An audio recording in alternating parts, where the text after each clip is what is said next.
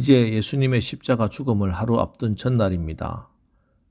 예수님은 마지막 식사를 하는 자리에서 두 가지 일을 직접 제자들에게 행해 주셨는데 그것은 바로 성찬식과 세족식입니다.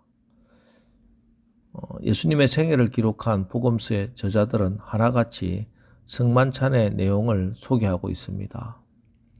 우리 주님은 십자가를 지시기 전날 밤 예루살렘 성 안에 있는 어느 집 큰 다락방에서 외부인의 출입을 금지시킨 채 제자들만 앉혀놓고 마지막 유월절 만찬을 하십니다. 이때 마태복음 26장 26절로 28절 저희가 먹을 때 예수께서 떡을 가지사 축복하시고 떼어 제자들을 주시며 가라사대 받아 먹으라 이것이 내 몸이니라 하시고 또 잔을 가지사 사례하시고 저희에게 주시며 가라사대 너희가 다 이것을 마시라 이것은 제사함을 얻게 하려고 많은 사람을 위하여 흘리는 바 나의 피 곧 언약의 피니라. 자, 이처럼 유월절 마지막 만찬을 하시면서 우리 주님은 십자가 위에서 찢기실 당신의 몸과 흘리실 피로 속죄를 이루실 것을 우리들의 영원한 생명의 양식이 될 것을 말씀해 주셨습니다. 그리고 그 말씀을 눈으로 직접 보여주신 것입니다. 때문에 이 성만찬은 단지 어떤 종교적인 의식을 말씀하는 것이 아닙니다. 우리가 주님의 성만찬을 받을 때마다 생명의 떡이 되시는 우리 주님께 나아가서 우리 예수님의 생명을 먹고 마시는 것입니다. 오늘 이 새벽에 우리가 성찬 예식을 하지는 않지만 말씀을 통해서 또 기도하는 가운데 우리 주님이 주시는 이 생명의 양식 다 받아 먹으시기를 바랍니다. 그럼 누가 우리 주님께 나아가 주님의 생명을 먹을 수 있는가? 그것은 바로 예수 그리스도로 목마르고 줄인 자들입니다. 주님이 배고파야 합니다. 사람이 병들고 나면은 입맛이 없어지지요. 그러다가 건강이 회복되면은 또 뭔가 자꾸 먹고 싶어집니다. 마찬가지입니다. 우리 영혼이 병들면은 갑자기 영적인 관심이 적어집니다. 설교를 들어도 재미가 없고 은혜가 안 되고 예배를 드리고 싶은 목마른 마음도 없고 기도하고 싶은 열정도 사라지는 것입니다. 그런데 영적인 건강이 회복되면은 예배에 대한 갈망과 배고픔이 느껴집니다. 설교 말씀 듣고 또 들어도 또 듣고 싶어지고 기도하고 나도 또 모자란 것이 기도밖에 없습니다. 하나님을 섬겨도 또 섬기고 싶어지고 세상 모든 일을 이 영적인 문제와 연결해서 생각하게 되고 내 영혼이 살아나면은 이렇게 됩니다. 그래서 나에게 예수님에 대한 목마름과 배고픔이 있다. 이것은 내 영혼이 지금 건강하고 내 영혼이 살아있다 하는 그런 증거가 되는 것입니다. 그래서 우리 주님은 어려운 자가 복되다 하지 않고 의에 줄이고 목마른 자가 복되다 이렇게 말씀한 겁니다. 예, 진짜 복은요, 의에 줄인 겁니다. 예수님으로 배고프고 목마르면 되는 거예요. 그러면 주님이 주시는 은혜로 주님의 생명으로 우리가 어려운 삶을 살게 되는 것입니다. 이사야서 55장 1절 오라 너희 목마른 자들아 물러나오라 돈 없는 자도 오라 너희는 와서 사 먹되 값없이 와서 포도주와 젖을 사라. 공로 가지고 오라고 말씀하지 않습니다. 돈 뭉치 가지고 나오라 하지 않습니다. 목마르고 배고픈 심령으로 나오라 하십니다. 세상 것으로 가득 차 헛배가 부른 사람, 위장에 바람이 가득 찬 사람들, 예수님을 사모하는 대신에 세상적인 것 붙들고 만족해하는 사람, 이런 사람 주님의 생명을 먹을 수가 없습니다. 늘 주님으로 배고프고 주님으로 갈망해지는 그런 은혜가 임하시기를 주님의 이름으로 축원합니다. 주님이 주시는 살과 피, 주님의 생명을 날마다 먹어야 합니다. 사람은 먹는 음식에 따라서 체질이 형성되지요. 건강하게 사는 비결 중 가장 중요한 것은 바로 음식입니다. 그래서 어떤 사람은 우리가 먹는 음식이 곧 우리다 라고 말합니다.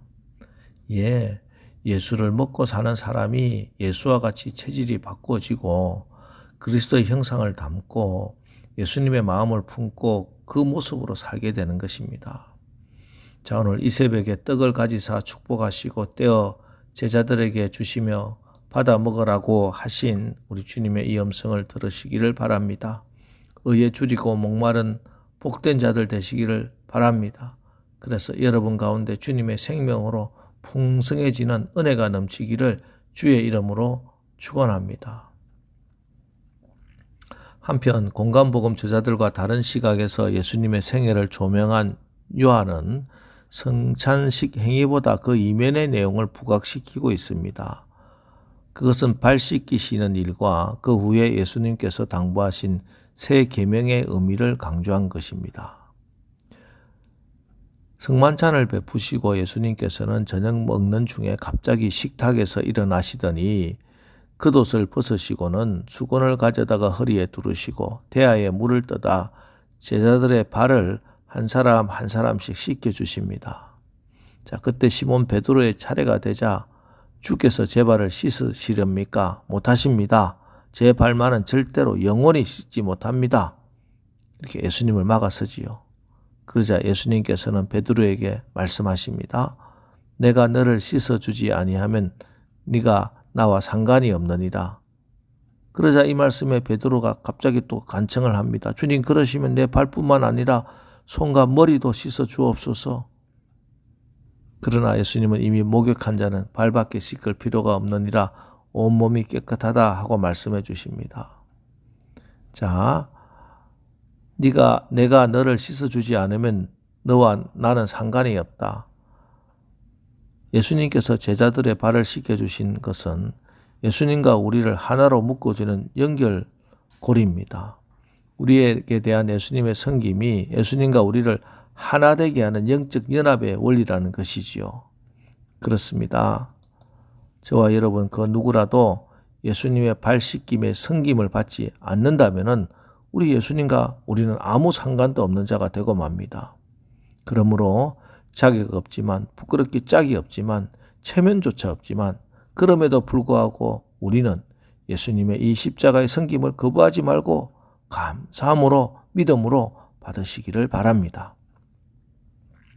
그리고 예수님께서 제자들의 발을 씻기신 후에 14절 내가 주와 또는 선생이 되어 너희 발을 씻었으니 너희도 서로 발을 씻어주는 것이 옳으니라 이렇게 말씀합니다.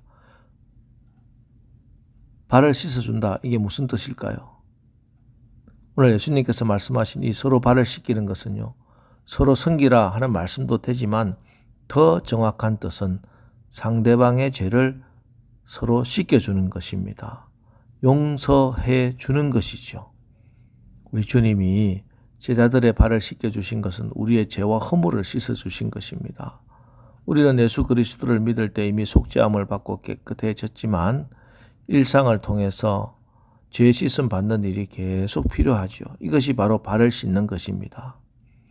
그런데 우리 주님은 예수님만 우리의 허물을 씻어주는 것이 아니라 우리도 서로 죄와 허물을 씻어줘야 한다는 것, 다시 말해 서로 용서해야 한다는 것입니다.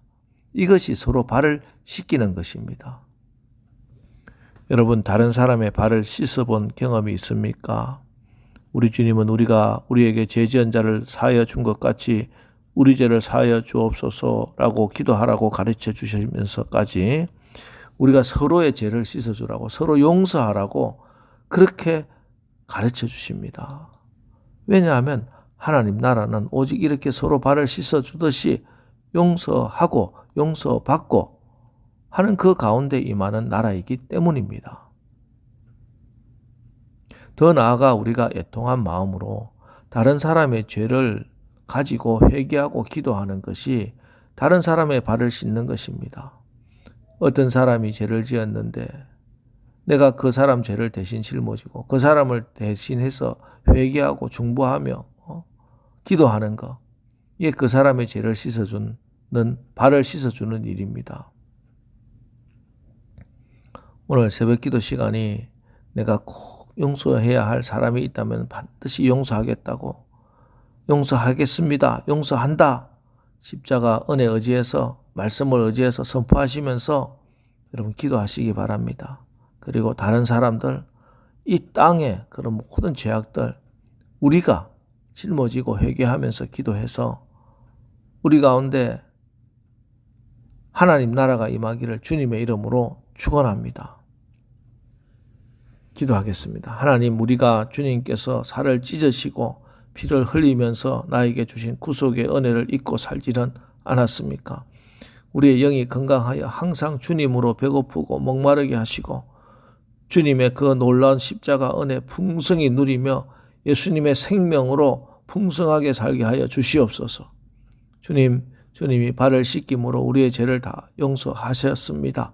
우리가 자격 없지만, 부끄럽기 짝이 없지만, 그럼에도 불구하고 우리는 예수님의 이 십자가 사랑 감사함으로 믿음으로 받습니다. 이제 우리도 주님을 본받아서 서로 용서해주고 더 나아가 다른 사람의 죄, 이 땅의 죄를 내가 품고 가슴을 찢으며 회개하고 중보할 수 있는 그런 우리가 되게 믿음과 능력을 주옵소서.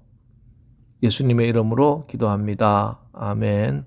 자, 이제 오늘 하루도 우리가 주님으로 배고프고 목마르게 하옵소서.